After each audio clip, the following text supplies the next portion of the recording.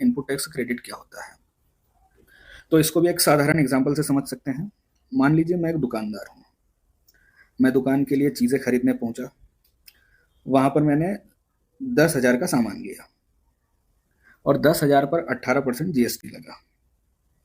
ठीक है, 10,000 का सामान लिया, 18% जीएसटी लगा, तो 10,000 पर 18% के हिसाब से टैक्स लगा 1,800 रुपये, और मैंने कुल पैसे दिए 10,000 और 1,800 रुपये, यानी 11,800 रुपये।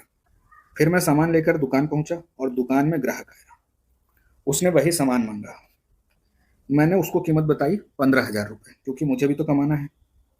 तो 15,000 पर यहाँ पर भी 18% के हिसाब से जीएसटी लगा, मतलब 15,000 पर 18% जीएसटी के हिसाब से 2,700 रुपये जीएसटी लगा।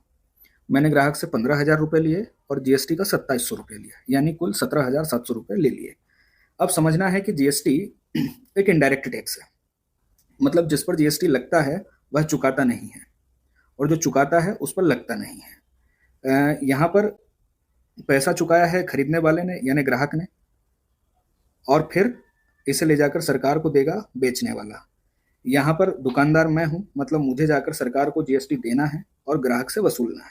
अब सवाल है कि कितना, सरकार को कितना जीएसटी मुझे देना पड़ेगा, पूरा 2,700 रुपये या उससे कम या उससे ज़्यादा। हिसाब सिंपल सा है, 15,000 की चीज़ पर 18% के हिसाब से 2,700 रुपये देना पड़ेगा। मैंने सरकार को 2,700 रुपये दे भी दिए। बाद में पता चला कि 2,700 नहीं देने थे, क्योंकि जब मैंने माल खरीदा था तब भी मैंने ही 1,800 रुपये भी दिए थे। तो सरकार ने कहा कि वो वाली रसीद ले आना और रिफंड ले लेना।